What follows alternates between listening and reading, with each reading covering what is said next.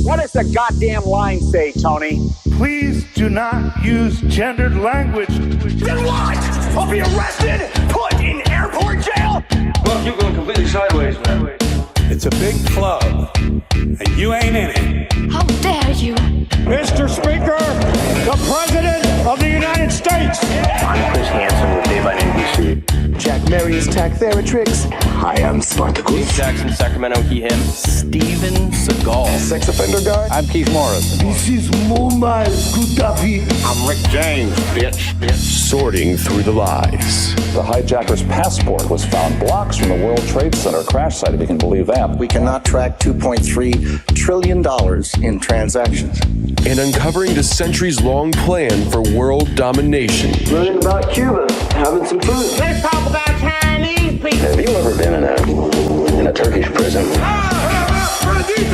Swangles and Fort Lauderdale? I have sent 6 of my Libyan missiles to blow up the Sears hardware department. Nothing could be more fun than jumping off a cliff with 2 German bisexuals. Oh, you English are so superior, aren't you? Thank you, comrade. And now, macroaggressions. That's what assholes call it.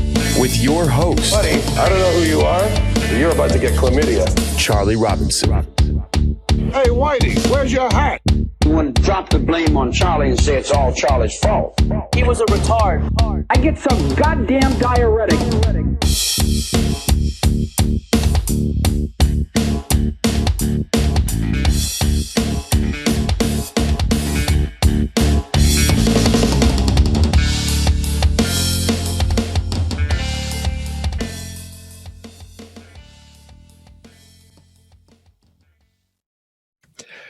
Welcome to Macroaggressions. I'm your host, Charlie Robinson. If you're watching us on Iconic, Rockfin, YouTube, or Odyssey, or you're listening wherever podcasts are served, thank you so much. We appreciate your continued support and the support of our amazing sponsors like C60 Purple Power.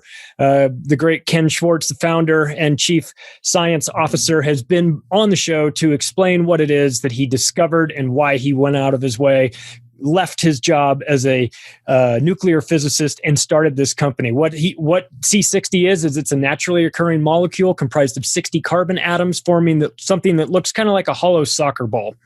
In fact, this unique structure makes it what they call a free radical sponge. It's able to neutralize free radicals, reset itself, and do this again and again and again.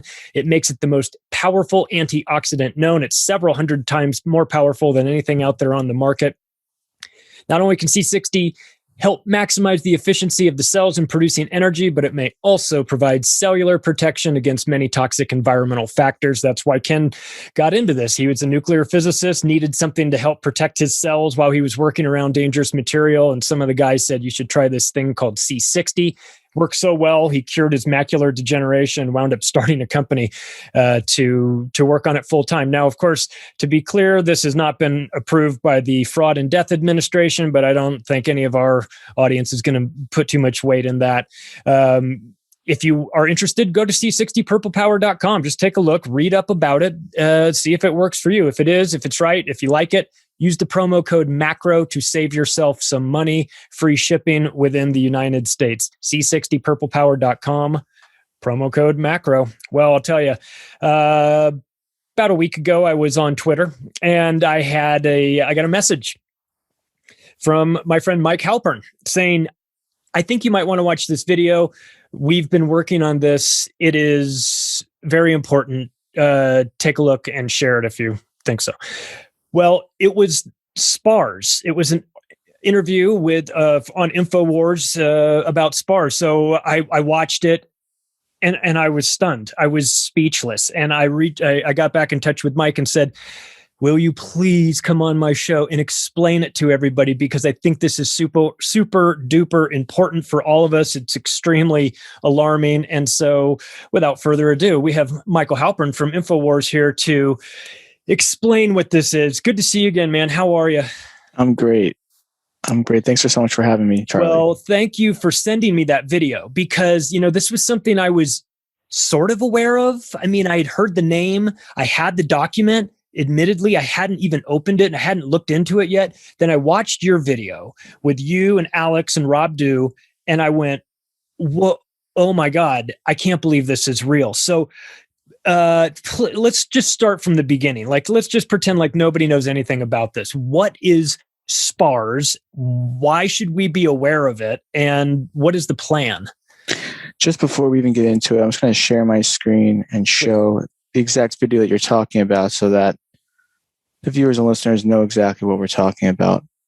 Basically, what Charlie is referring to is this video off of band.video. It has exploded off social media, little to my knowledge, and it is a complete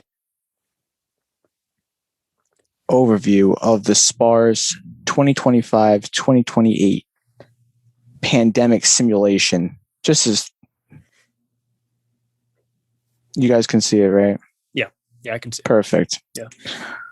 Okay, so basically, I started working at Infowars about 3 months ago, and I in no way represent Infowars. I don't represent Alex right now. I'm just talking as myself, as my own personal opinion. But part of being at Infowars is there's a lot of documents coming through. There's articles every day that we're reading. There's videos I'm watching. And I first came across the Crimson Contagion document, which not many people really are aware of. More people are aware of Event 201 than I think Crimson Contagion. Event 201, I think it has more publicity. People have seen the videos. A lot of people have written books about Event 201, which was done by Johns Hopkins, and I think was funded by Bill Gates. Crimson Contagion has gone under the radar a little bit, and it is also a really shocking document. If anyone has not read Crimson Contagion, please do so.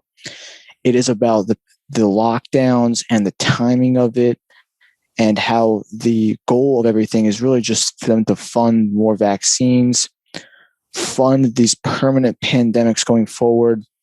A lot of people are really polarized about Donald Trump. The thing about Trump is that he was defunding a lot of these different programs at the CDC. I have tons of articles where they're like, Trump is not ready for this new pandemic that's coming. Fauci says Trump is going to be faced with a pandemic during his term. So Trump wanted to take control of a lot of these programs. I'm not saying I am for Trump. Trump came out for the vaccine. I don't think that was a good thing. But they don't like Trump because Trump does his own thing. That's my only point. So after I read that, and Alex put out a little segment about Crimson Contagion, if you go to band.video and you search Crimson Contagion, you'll see Alex talking about it. After that, I started looking for more documents, and I came across SPARS 2025 to 2028. And hopefully Charlie can put a link to the actual document. You can read it for yourself. Yeah, I definitely will put that in the description so that people don't have to search around for it. But yeah, and they can just have their own opinion. The thing about this document that's so crazy about it is there's not much of an opinion to really even have.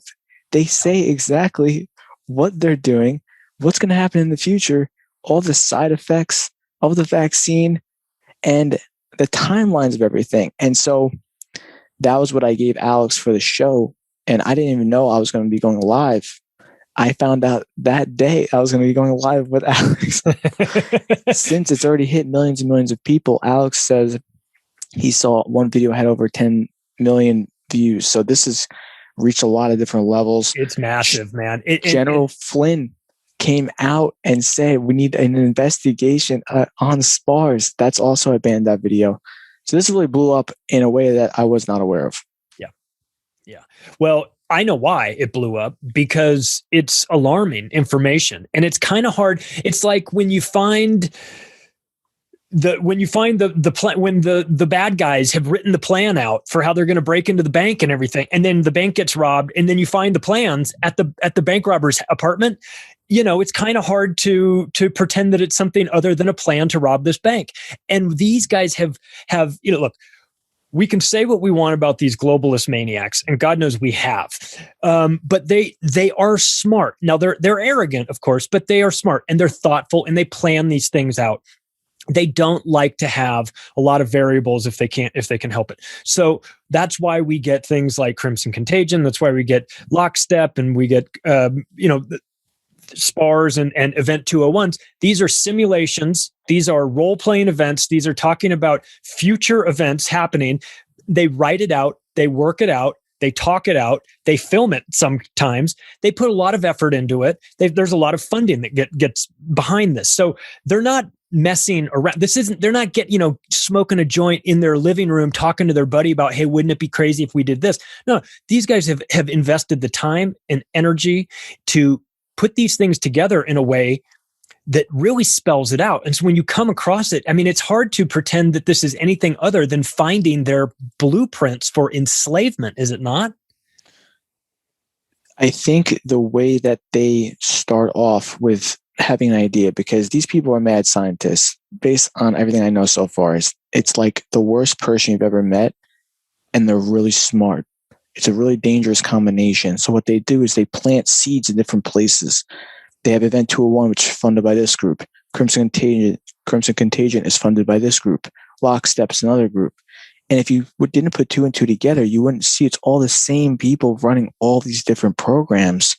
And I think a lot of your viewers and listeners have a better understanding of this, but the majority of the public just sees like Bill Gates on TV, or Fauci now is in cartoons for kids. And it's like, oh, Fauci's so great.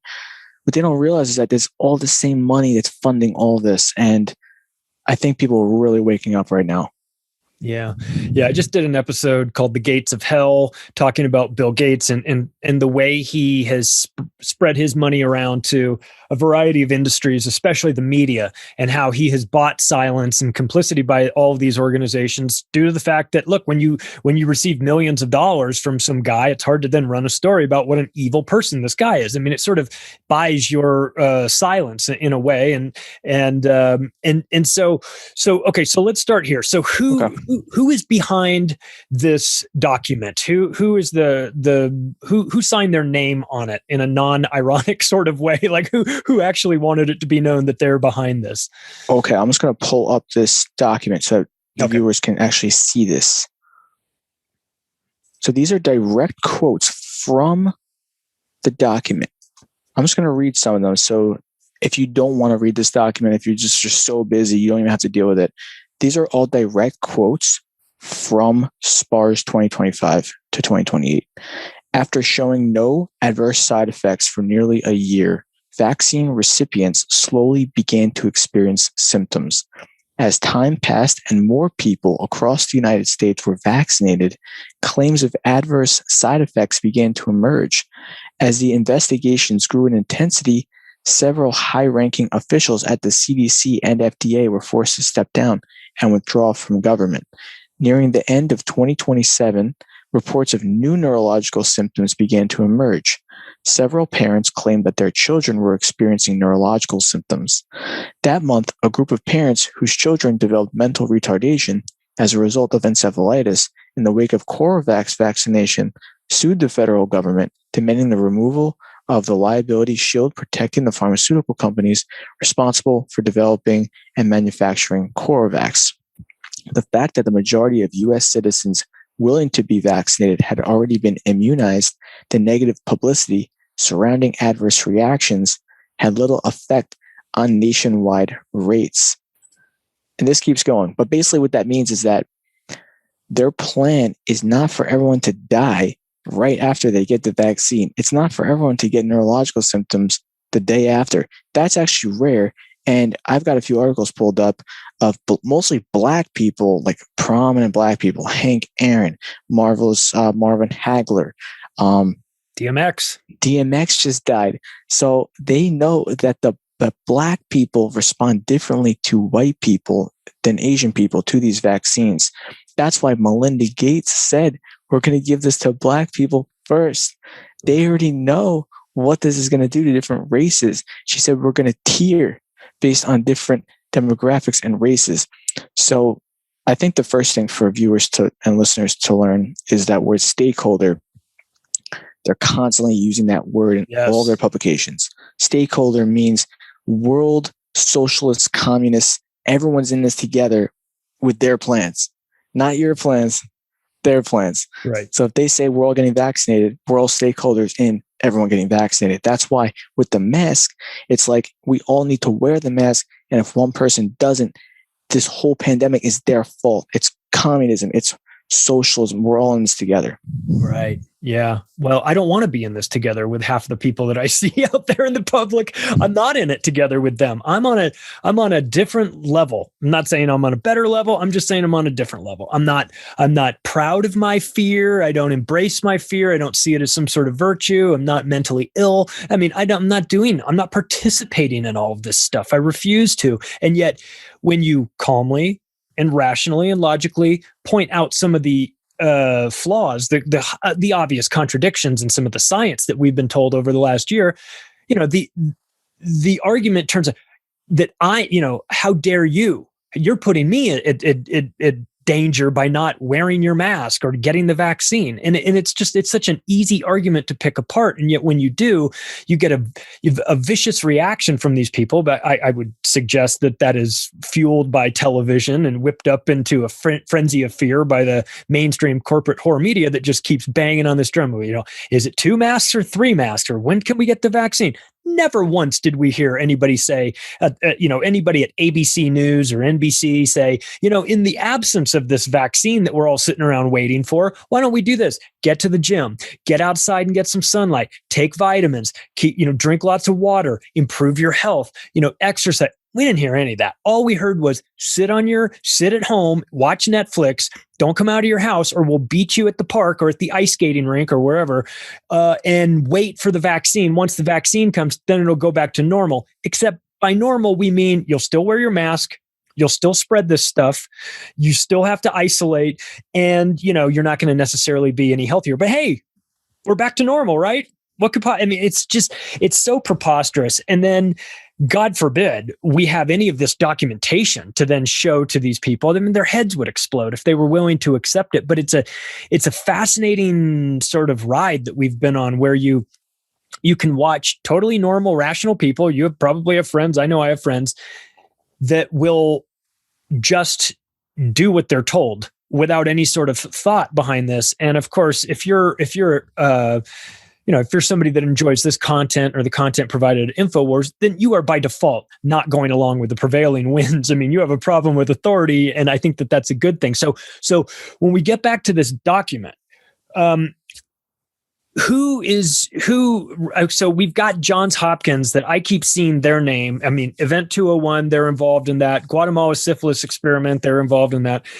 This is, to me, it seems like a very dark organization that isn't necessarily devoted to improving the health of people, but they seem to have some sort of globalist agenda. What is the role of Johns Hopkins Hospital in this, or Johns Hopkins Medical Center in this whole event?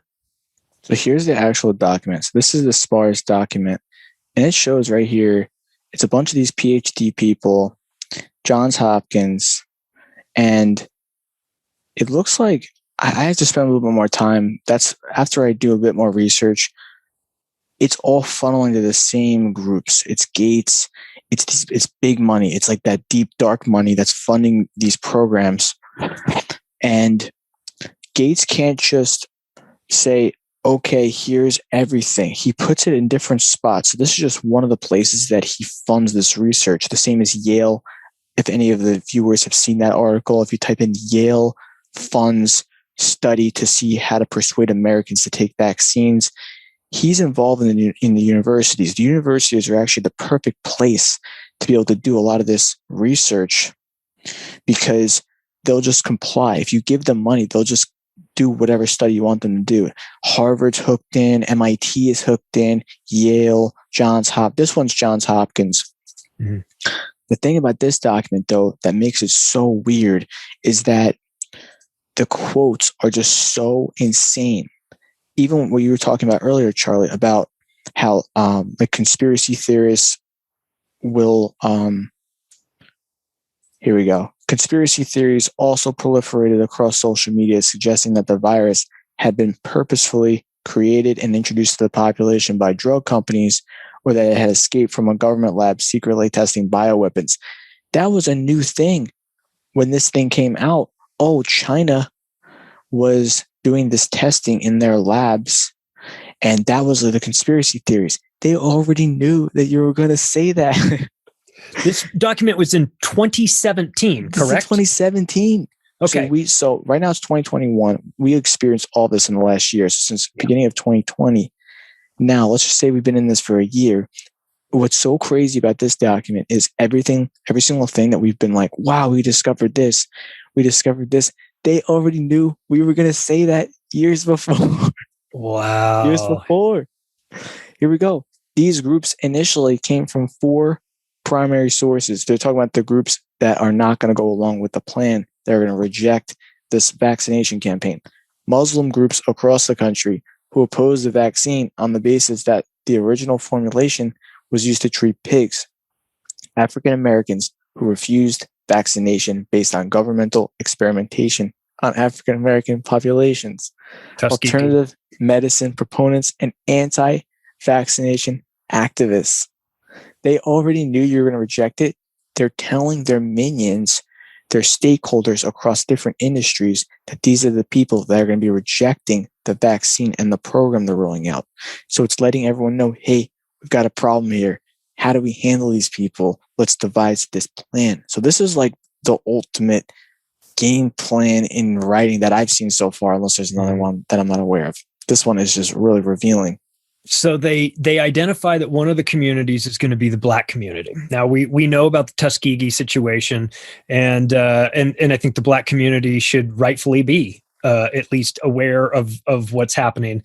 Then you see during this throughout this document that they talk about the need to use rappers as a promotional tool and to get them to get on social media and start talking about the vaccine in a very positive way. And they use certain hashtags in this scenario, this speculative scenario, of course, in 2017. They're talking about something that's going to happen 8 years in the future. Where are the commonalities between what we saw in this document and what we've been seeing over the last couple of months? Now, the part that you're talking about is Rob Dew's slides. I don't have the slides in front of me, right, but we do have the community immunity video that Run DMC put. Yep.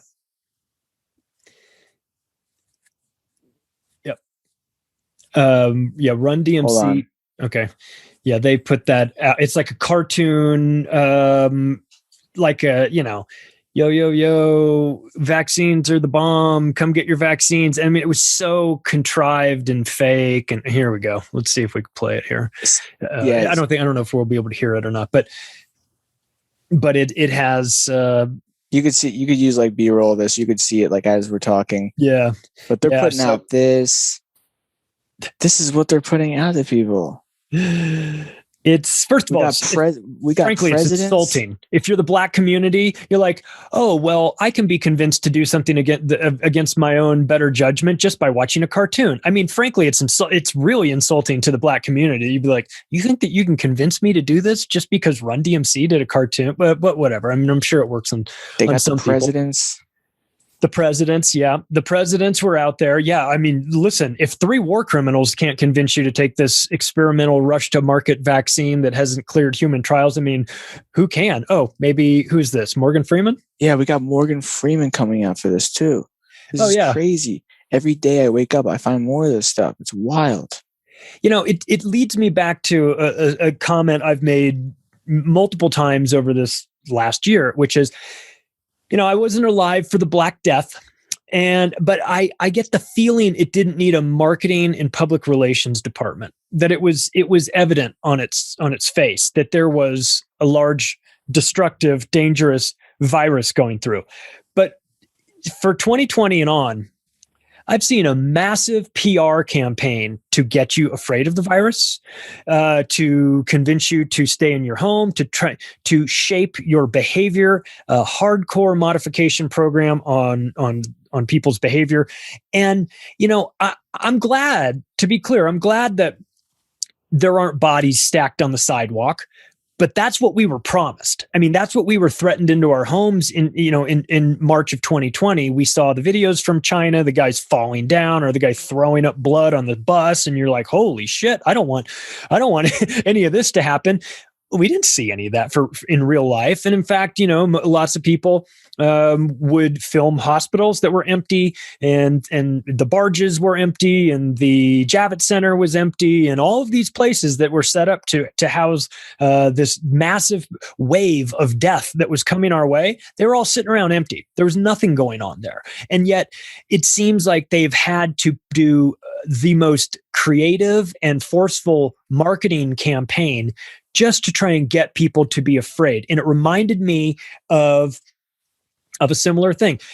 We're all supposed to be terrified of terrorism, but another invisible monster that's coming to get us. It's everywhere. You can't really see it here in the US, but it could be around the corner. It could be a terrorist waiting to kill you. And same thing with this virus. It's everywhere. It's going to get you. You can't see it. And it occurred to me during the summer of 2020 that they didn't have, things were the fear was starting to subside a little bit. Early on, there was no mask mandate or anything like that. You go in a grocery store, nobody had masks on or anything. And then it changed. And then it changed in like July of 2020. And then the mask mandate came out and it was heavy. Push. Everybody's got to have a mask. And it occurred to me that the reason for that was because there needed to be a visual representation of this virus because you couldn't see it anywhere. There weren't dead bodies everywhere. Nobody knew people that were, we didn't know people that were dying left and right. And so the mask became the symbol. So now when you go in the grocery store, you see everybody in masks. It makes it virtually impossible for you to pretend that nothing is happening because this is such an unusual occurrence to see everybody masked up. So it seemed like they needed to use the full might of Tavistock Institute and the mainstream media and celebrities and all these people pushing. It just seems a little bit contrived, is it not? 100%. And just to talk about it, no one can even believe you. I've had people tell me to my face, everything you're saying makes so much sense. If I believed you, I wouldn't be able to go to work the next day, or I wouldn't be able to live my life. It's really this two separate realities, and it's getting bigger and bigger and bigger every day. The thing about the other side, these liberal masky people, is that their side is closing in on them. They just came out and said, if you have the vaccine, you don't get any more privileges. You're going to have to keep taking more vaccines. Psaki came out on TV and said, you're still going to social distance and wear a mask even after you have the vaccine. They just came out and said, it's actually genetic engineering. It's not a vaccine. It's experimental, and it is never approved by the FDA. So more and more keeps getting revealed, and they don't realize that the more they keep going down this path, it's closing in on them. The psychopath destroys everything in its path. Yes. It'll suck everyone dry. They just keep going along with this. This never ends for them.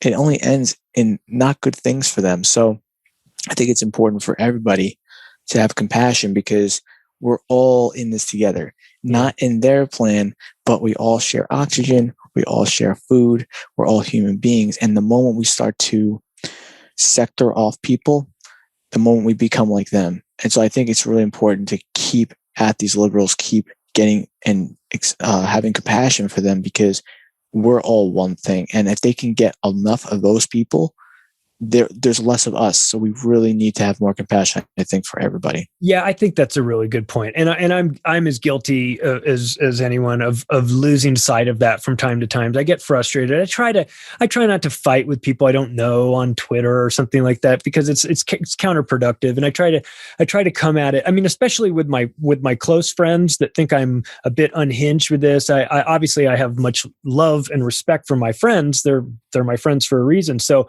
I'm willing to talk it out, and I get a little bit more of a benefit of the doubt to talk it out with them. But for the people that are just, you have a casual interaction with on the street, or maybe someone sees you in the grocery store without a mask and wants to get into your face or something, it's like, it's frustrating and it makes me sad. But I also have to recognize that, we don't know what that other person is going through. For all we know, they've lost their job, they've lost their livelihood, they've lost their hope, they've lost their mind. They've been sequestered in their house for an unusual amount of time. Their whole life has been turned upside down. So, and this is, I'm saying this more as a reminder to myself to have a little bit more, like you said, compassion for people, because, ultimately they're not our enemy. The masked masses are not our enemy. They're just people that haven't yet figured it out. The enemy is really the predator class, the 1%, or however you want to define it, that's running these sorts of operations that are profiting at the tune of $5 trillion of the billionaire classes has made in increased wealth since this pandemic has started. If we want to prioritize, and look, I have if someone's going to scream at me for not wearing a mask, I'm obviously not going to be happy about that. But I think it is very important for us to remember that. If we sort out that problem, that 1% problem, then all of the other problems will fizzle away, or our differences won't be quite as pronounced with somebody, if we were to take care of that situation. So let me ask you this about this document. It's set in America, but is it scheduled to be expanded to cover other countries, or was this just an America-specific sort of idea? That's the crazy part. Is like the Crimson Contagion. If you read that document, it's like it starts in China, it gets released in Chicago. Like it's this huge global plan. This one is all American names for everything. It's so specific on America that it just makes you really question where is this money coming from and who is doing this. Like what I'm saying is we're getting closer to like all the way in. Like when you have like a scar, like a splinter, you have to get the splinter out. This is like we're getting closer to get the splinter out, because before it was like all this dark money in different places and who's doing this. And we're getting really a lot closer, and people are waking up. More people are finding more documents. Someone called into the Alex Jones show today and was like, I found this other document. So like, as a group, as a collective, we're getting closer to nailing one of these guys. All we need is just one court to prosecute one guy. If one court says, Bill Gates, you're going to jail, that's a huge win. That's a huge win. We haven't had many wins in the last year. Let's be honest. Yeah, we really haven't. we could use a win. I'll take a moral victory at this point. I mean, something. Yes, something. So what about? So who do we think is really involved? And obviously, we've got Johns Hopkins is involved. But when we look back on some of these other simulations that tend to go live, we'll always kind of find the fingerprints of these NGOs and think tanks like the Atlantic Council and Council on Foreign Relations. Is there any indication that any of those sort of quasi-governmental groups are backing this financially, or are they involved in it in any way, shape, or form? That's just my own personal opinion, and everybody has theirs. But here's where I'm at with it. We all have to make a decision. Do we believe in this corona craziness, or do we not? I'm still in the camp that doesn't. I really don't believe in any of it. I haven't met one person that I'm like, that person's sick. I'm in the no corona camp, but a lot of people are in the corona camp, and they're constantly like finding, oh, it's made in this lab and there's genetic engineering. The only thing with that path is now you're believing that that a bioweapon was released on us. Mm-hmm. That's a whole nother path. That's a whole nother thing. So if you believe that a bioweapon was released on us, now it's like, is China responsible? Who's responsible? I'm in the camp of there was nothing released. I just see them spraying chemtrails in the sky. And I know they're putting chemicals in the food and the water. That's all I'm seeing. So I'm not in the corona camp per se, but I know DARPA has to be involved. They just started rolling out their own, I just saw, it was on TV. DARPA was releasing their own digital tattoo microchip. So they are for sure involved. DARPA 100% involved. Yeah. If you trace that patent back, there's some articles on the internet about the Purbright Institute. Maybe you know about that. Purbright and DARPA, I haven't done too much research on. I have a feeling that they are somehow connected. Well, early on, I made a speculative comment about this right when this whole thing kicked off. They said, well, how did it get here? Did it get here from China? It came here from bats and everything. And I said, hey, look, man, what's to say they weren't spraying us with this for months and months in advance? I mean, we know that's happening. The aerosol injection program, otherwise known as chemtrails, used to be considered conspiracy theory to a lot of people. And then you have John Brennan sitting in front of a House subcommittee admitting to it on camera, talking about it in detail. Nobody can any longer pretend that that's not an actual thing. So is it possible that we were sprayed like cockroaches with this, with some people being more susceptible and picking up a virus of some sort, or what? I mean, isn't that a more likely, if in fact it was an actual virus, that was released on us? That's if you're in that camp. Right. But Klaus Schwab came out and said Corona is not real, and we're just using it to advance our Great Reset. So there's a lot of conflicting things. You just have to pick which side. And my only thing is that when you start believing that this was done by China and there's some Wuhan lab thing, it becomes a political thing for a lot of people, and it distracts away from what they're already spraying on us.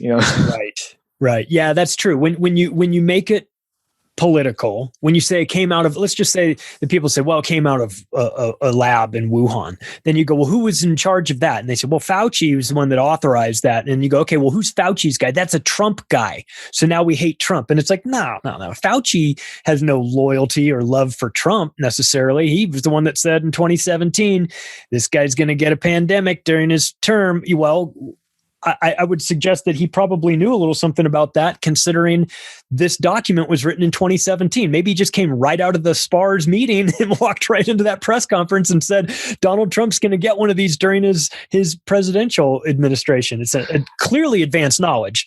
Where I'm at with this right now, where I'm at with my research, and I'm actually behind you. I really haven't been doing as long as you, so I actually still need to catch up.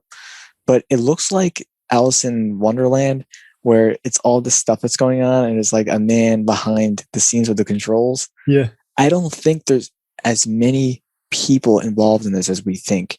They just have amazing amounts of money and amazing amount of technology. Mm-hmm. It just looks like there's so many different pieces to it. They're all just reading off of the SPARS note cards. Like Psaki already knows what everyone's going to say. She's just reading off the note cards. Biden's reading off the note card. He said lockstep and dark winter in 2 separate speeches. He's just like regurgitating the meetings he's already been in.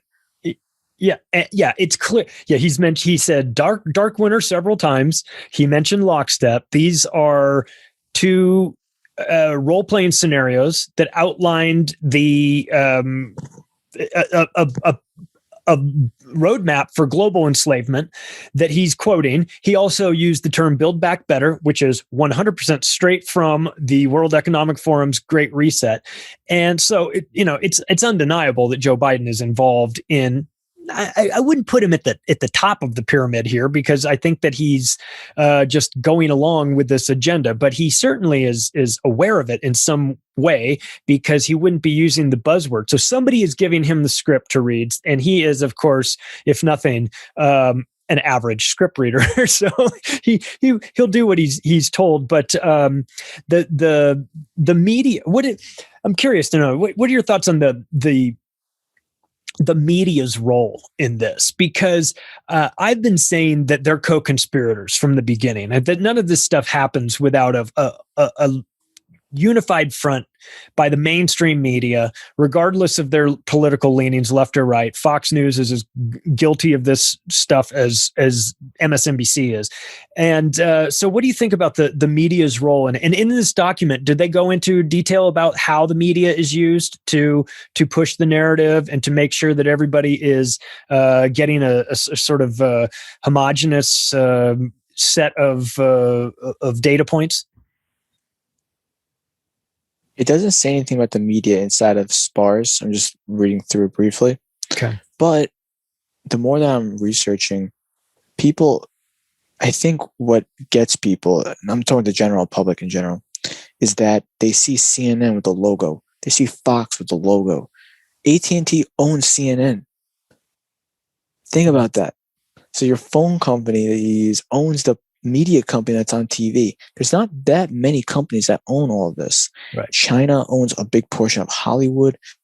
We just have to follow the money. I'm not at a point where I can just say I know exactly where all the money is going. I just don't think there's as many parties as we think. There's not as many people in these meetings as we think. And the more we can just direct and figure out exactly who it is, then the curtain begins to go away. And that's where our attention needs to be. It's not political. They're using race as just a cover for them to roll out the technology. Oh, blacks get the vaccine first. There's white people getting killed on the streets. There's black people rioting over the George Floyd thing. First of all, George Floyd was 100% ODing on fentanyl. They said he had 3 times more fentanyl in his body than is normal. And I'm not saying that cop didn't kill George Floyd. I'm just saying that they're choosing which narrative to use to gaslight everybody. And I do feel bad for a lot of people that just watch the TV and just believe it, because this has been a really crazy time.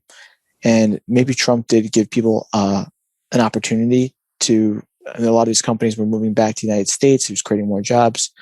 Now we have no chance. Like, Joe Biden is a corpse. The only shot that we have is to band together and see each other as brothers and sisters and the same human family. It's the only chance we have, because our country is dying. And I think you wrote a book about that, you know? Yeah, I did. Like, there may not be a country soon. We have to create our own country. And the only way we could do that is how to learn how to work together and be together. Yeah. Yeah. It's really, it's a good lesson, because, we've been divided, and of course that's the game they play. They're good at it. They're divide and conquer. It goes back to the ants and the grasshoppers and all of that. And why do they go after us? Because if you let one ant stand up, then they'll all stand up. And that's kind of where we are at this point. In this document, one of the things that made my skin crawl was the fact that they started talking about fake names or imaginary names of vaccines. And then it sounded like they were mimicking what the vaccines were going to wind up in real life. So they started naming them. What's the vaccine component to this whole SPARS document? It seemed really nefarious to me, and super, obvious that the vaccines are a Trojan horse. What sort of information can we gather from this? The name of the vaccine that they use is called Coravax, and the other name of the drug that they're promoting in the exercise rhymes with remdesivir. I don't have the exact name in here, right? But everything rhymes. They say exactly that they're going to be 2 presidents, and that one's going to step down for health reasons in the exact year that Joe Biden is president, and he most likely will be stepping down after his first term because he has dementia. It says that, and they're both Democrats. It says that the Republican Party sees the opportunity to publicly disparage the president and his administration's response to the pandemic, urging voters to elect a strong leader with the best interests of the American people at heart. Does that sound familiar? They're talking about MAGA. So everyone's rallying behind Trump, rallying behind the Republican Party, saying America first. They're talking about those people in here. They're saying to determine how to best distribute limited doses of Coravax to members of priority groups across the country, the U.S. government resorted to new controversial tactics, notably having healthcare providers access patients' electronic health records to determine the number of individuals in high-risk populations receiving care in particular areas. Basically, what that means is that they're trying to they want to know exactly what illnesses you have, what shots you've had, and your blood type, all your health records, so they can target directly to you. We see articles on the news every day. Big Pharma is merging with big tech. Google is sharing their data with Apple, which is sharing it with the pharma companies. Bill Gates is invested in these different industries. I think the Google founders are also invested in big pharma. Yeah. They're all invested in these companies together. They want to get your health records and tie it with the social credit score. Yes. So it's all one thing that they can now use and weaponize against you. But we've always speculated this. We put 2 and 2 together. They're literally saying this in this document. Yeah, that's crazy. And the vaccine side effects, I want to get back on that for a second, because in this document, they talk about they talk about the effects, as you mentioned earlier, being sort of like a delayed reaction. You're right. If you give the vaccines and instantly half the population that's gotten it just falls over dead, clearly the other half is not going to be inclined to participate in this. But if it's a delayed fuse or a ticking time bomb that goes off a year from now, then you seem to get what the vaccine industry has always had, which is plausible deniability, which is that they say, like in the current vaccine schedule, taking COVID out of it, you want to sue, let's say your kid goes through and gets several rounds of shots and develops autism at age 2. Then you try to take that to the VAERS court and they say, well, how can you be certain that it was this vaccine over that vaccine? Because if you're on the schedule, they've overlapped. So they've created a scenario where you're getting several shots. And if they come to try and pin the guilt on one particular shot, they just go, he did it. They point at, they go, how do you know it was me? It could have been the one you got 4 months earlier. It could have been the one you got 4 months after me. Therefore, you can't pin it down. So when I see this delayed reaction, it makes me think that it gives the pharmaceutical companies and the government too, this plausible deniability where they can say, yeah, you got the shot. Yeah, all these people got the shot, but they didn't die from the shot. They died a year later. How are we responsible for that? I mean, I can't be, so it does create this murkiness where it's hard to kind of pin down anybody in any one particular thing.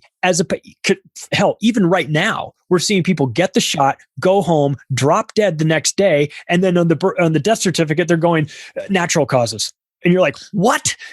How can you say that? So if they can do it when it's 1 day afterwards, certainly they're going to be able to do it when it's a year, 18 months afterwards. And they write that in this document that they talk about how this is going to be delayed sort of effects, right? Yes. It says, as these cases emerged, patients began filing for compensation under the PrEP Act. Due to lingering uncertainties over possible links between vaccination and reported neurological symptoms, their compensation requests were placed on indefinite hold pending further data analysis. This cohort, many of whom adamantly supported the Coravax vaccine initially, quickly took to social media to publicize their issues. Basically, what that means is that they already know that people are going to social media first. And even when DMX died, they immediately covered it up. Yeah. They actually don't want people dying right away. They'd rather them die or get some of these side effects a year later, a month later, 2 months later, like you're saying, so they can't put 2 and 2 together. Oh. Now, the autism industry is already completely filled with that. That's the whole thing with autism with the CDC. They could just swipe everything under the rug and say, there's no correlation between autism. And I was watching some of these documentaries on autism. They're saying that it doesn't happen from one vaccine. Even that MMR vaccine, even though it's got a lot of publicity, it's usually not like that. They've already had 4 vaccines by the time they get the MMR vaccine, and that's the last one that gets them. Boom, and then they get the autism. Yeah. So these people are pure evil. It's so crazy to even think like that. But as good as we all try to be, they're not like that. So if you've ever met someone who's pure evil, it's them like that in white coats. It's so crazy to even think like that, but that's what we're really dealing with. And here's just some of the side effects that are inside of the document. And please, if you're watching this or you're listening to this, please just take a look at this document. It's really upsetting. CDC Advisory Committee on Immunization Practice identified the following priority groups for immunization: children aged 1 through 8, young adults 19 to 22 with chronic respiratory conditions, and pregnant women. Severe side effects, including swollen legs, severe joint pain, and encephalitis, potentially resulting in seizures, seizure disorders, or death occasionally occurred. Oof. They just admitted that the vaccine is going to kill you in the document. What crazy is But that? you're a conspiracy theorist if you mention that, right? Even though they wrote it in their document, if you read their document out loud, then it's you that's crazy and not them. This is frustrating. It's mind-boggling. It is mind-boggling. It's really dangerous and dark. And I fear that we're going to have some sort of delayed, a 12-month, 18-month time bomb. If this is, if what they're writing about is true and they've got some sort of delayed reaction for the side effects coming, then we have really just started the clock ticking as of maybe a month or two ago, or let's just call it the beginning of 2021. And so we could expect to see by 2022 a rash of death. And so I suppose if that happens, we'll have to pull up this episode and say, not that we told you so, but we told you that it was possible, that at least they had written that this was part of the plan. Okay, so let me get into the timeline. That was actually, I think, the most compelling part of the interview. And if you're listening to this, watching this, go to band.video and just type in SPARS 2025. You'll see it. It has over 2.5 million views. That was the craziest part for me, is that we've all been watching the news or reading articles on our phone and been like, well, the vaccine's coming earlier than we thought, or, oh, Trump is doing Operation Warp Speed, or Fauci says this. Every date has been exact. That's what's so freaky. And it's actually converting a lot of these liberal masky people to be like, oh man, I've seen comments, people writing, and they're like, I just got the vaccine and watched this video. What do I do? Am I going to die? Like, we're flipping a lot of these people that already got the vaccine. So my whole intention was to get this out to, basically, you could save someone's life. A lot of people have the option right now, have the big decision to make. Are they going to take this vaccine or are they not? Are they going to take the second dose or not? So this is a really important time. Please get this video out. Yeah, for sure. So how did we get our hands on this document? Because now people are starting to talk about it. This seems like something that maybe you would want to put in the vault if you're these people and not exactly let it leak out. But I guess in this information age, it's sort of difficult to keep things secret. Does anybody know how we came about this? Here's the thing. All the villains on TV, they like to brag. I know it sounds counterintuitive, but they don't want it to just be a secret thing. And then if they wanted to kill everybody, they could just do it. Why don't they just do it already? They want to brag about it. They want to show it off. They want to just show you what they're doing. And I know something you don't know, that sort of mentality. Yeah, they're just sick. Here's the timeline. So in this document, SPARS emerges in 2025. So that's what threw a lot of people off, is that this document is a few more years in the future. There are a lot of people on the internet that actually think that this is in the future. My opinion, I think this is now, but some people do think it's in the future. So in this exercise, SPARS emerges October 2025. Just remember that date, October 2025. 9 months later, they get the vaccine. So when did Corona start? The pandemic was declared in March. When did we get a vaccine? 9 months December. Later. That's 9 months. So whatever we say on TV, oh, Trump fast-tracked it, it's in the document, 9 months. Okay? Okay. So October 2025, SPARS emerges. July 2026, we get the vaccine. Then 5 months later, everybody gets the vaccine. So on TV, what are they trying to do? They're trying to bait people into different groups. Mm-hmm. Oh, the old people get it first. Healthcare workers get it first. People with pre-existing conditions get it first. That's all an illusion. It's all done by the media. They already know when they're going to roll it out to everybody else. Right. It's all an illusion. They already have all the doses. And they use that tactic where they say rich people are cutting in line to get this vaccine. And then everyone who's not rich is like, how dare they? No, I won't let them. I'll get the vaccine first. It's like this pretend, this fake scarcity. And they're churning out so many articles because being at Infowars, I'm reading articles all the day. That's just kind of like what I try to do because I can see patterns. They are churning out so many articles every day. I can't even believe the amount of content on, old people got it. Young people are next. This person had this. AstraZeneca. It's all an illusion. They all are owned by the same stakeholders and they get everybody, it gets opened up to everybody in 5 months. Okay. Then after that, it says right in the document. So 5 months later, everybody has access to it. Then it talks about post-SPARS pneumonia. Remember that. Okay. It says it. It says people get post-SPARS pneumonia. How do they get pneumonia? Fauci put a paper out in 2008 saying that the deaths from the Spanish flu, and they're constantly talking about the Spanish flu. Yeah. It says in 2008, there's a study, type in Fauci 2008, pneumonia study that is from the masks. So it doesn't say masks in this document, but you put two and two together, people start getting pneumonia afterward. I think from the mask, but the fact that it says it is so crazy. Whoa. And then after that, 2 months, March, April, May, it's in 3 months, then side effects begin to emerge. So this gets worse.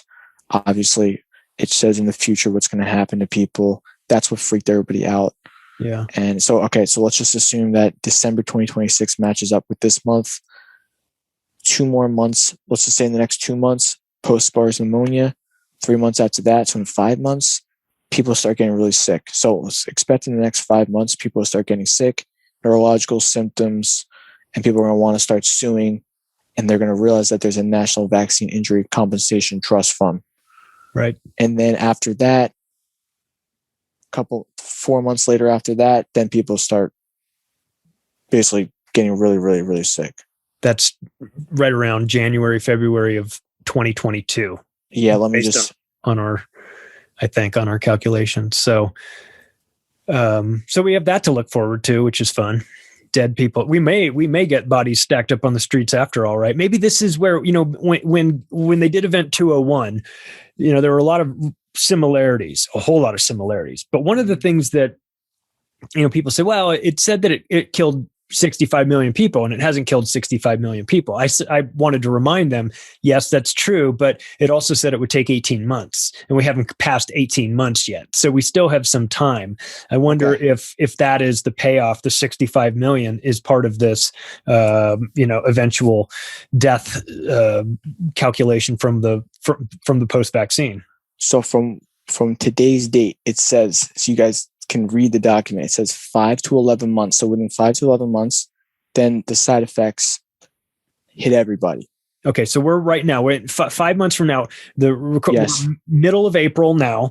So we're talking middle of September, right, when it starts, and then goes all the way through the end of the year and the beginning of 2022. That's what the document says. I just wanted to clarify. If we're going off their calculations in terms of how many months out. Yes. Now, mind you, it also says 2025. So we'll pretend that it's not talking about the future. We'll pretend that the future is now. And it seems like the future is now. It seems like, the 2020 or 2030, Agenda 2030, it seems like it just felt like it got ramped up last year. It felt like it got put, like someone got the message that, 2030 ain't going to work. It's going to have to be 2025 now. Everybody kick it into high gear. So, and that's my speculation. I don't know that, but it just seemed like we were on this gradual sort of skipping towards a dystopian nightmare. And then all of a sudden in 2020, we just started sprinting towards it.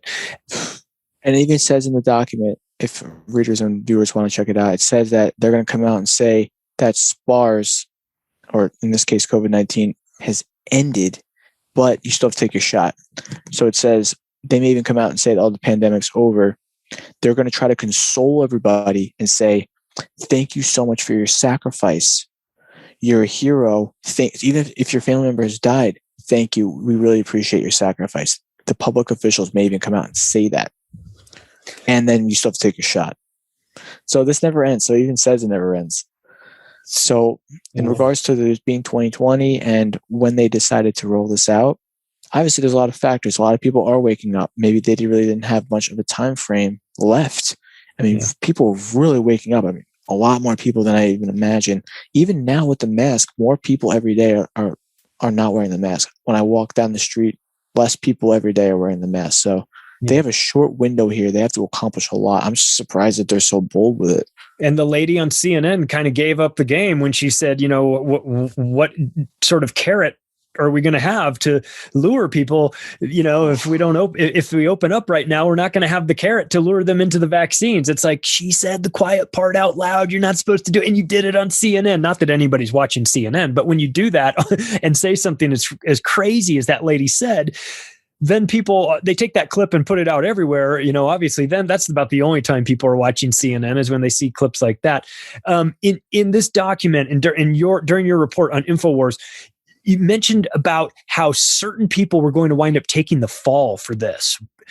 Who was that? Who's going to get pinned? Is this going to get pinned on Cuomo and Fauci and these guys, or who's going to take the blame and who's going to get off? Just to make one point on what you just said about that lady on CNN. Yeah. She used to be the head of Planned Parenthood. Whoa! I found out.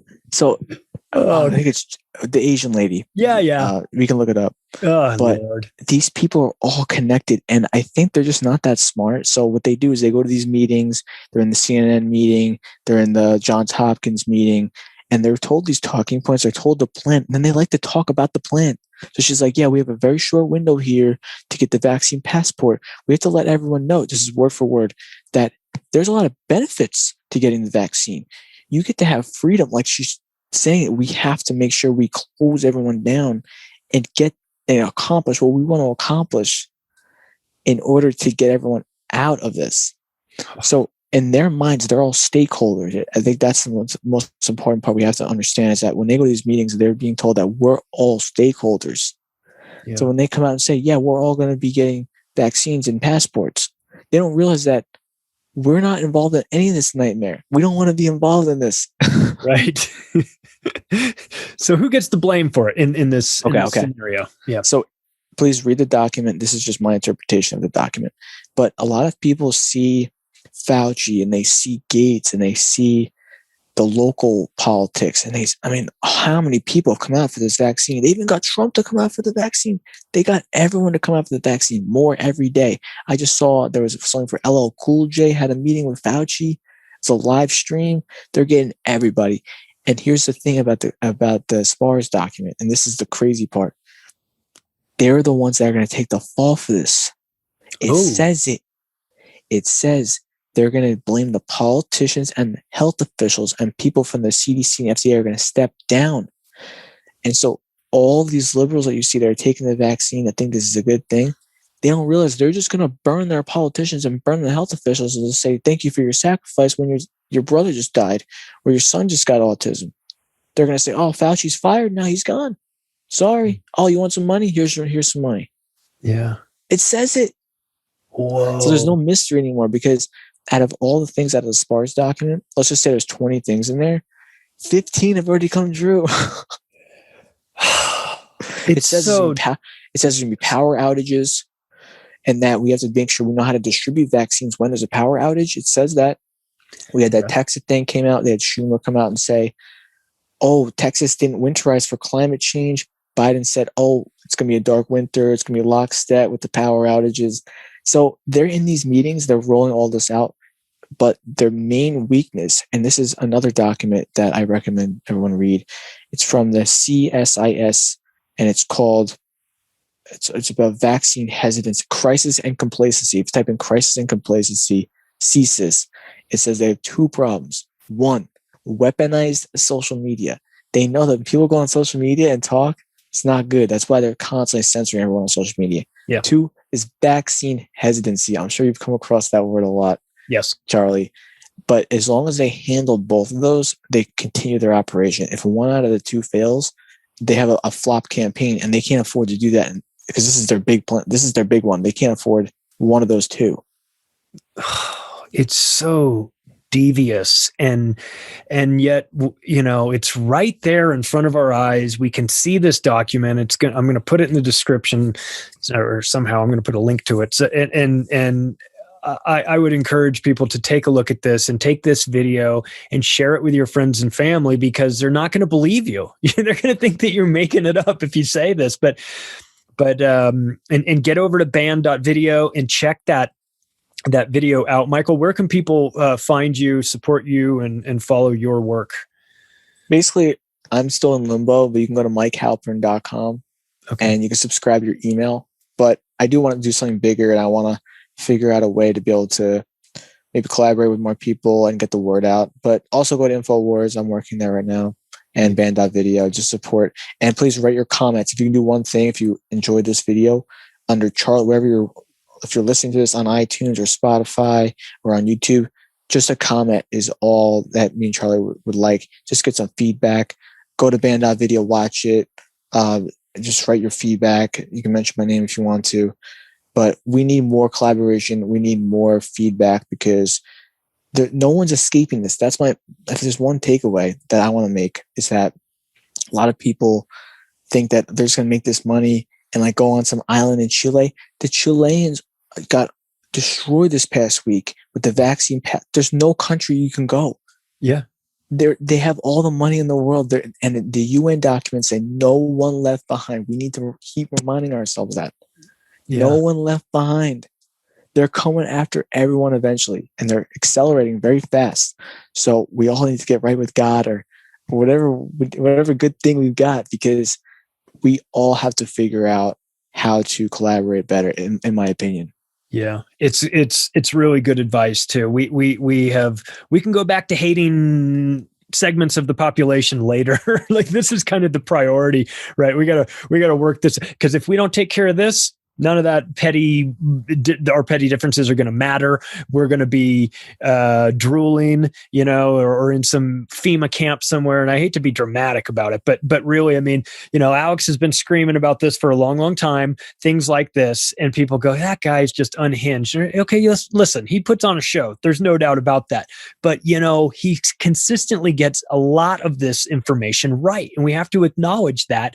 I give Alex a tremendous amount of credit for being part of my awakening. I mean, that is something that I will always be appreciative of, because if it wasn't for a variety of sources, I wouldn't have come to the realization that a lot of what we're experiencing is very dark and very fake and orchestrated to work against us. I would be blissfully ignorant, just pretend, maybe lined up for the vaccine for all I know. So this is an important topic. This is something that it's worth sharing. So if you like this video, please take just a second and share it with your friends and family and get the word out, because that if you put something like this in some sort of algorithm, it'll be censored. So we're not going to get the added benefit of that. So Michael, you're the best, man. I appreciate you for coming on here and for being so diligent in your work and for getting this information out. And everybody, please support Michael and the work that he's doing over at Infowars, and we'll talk to you soon. Thank you.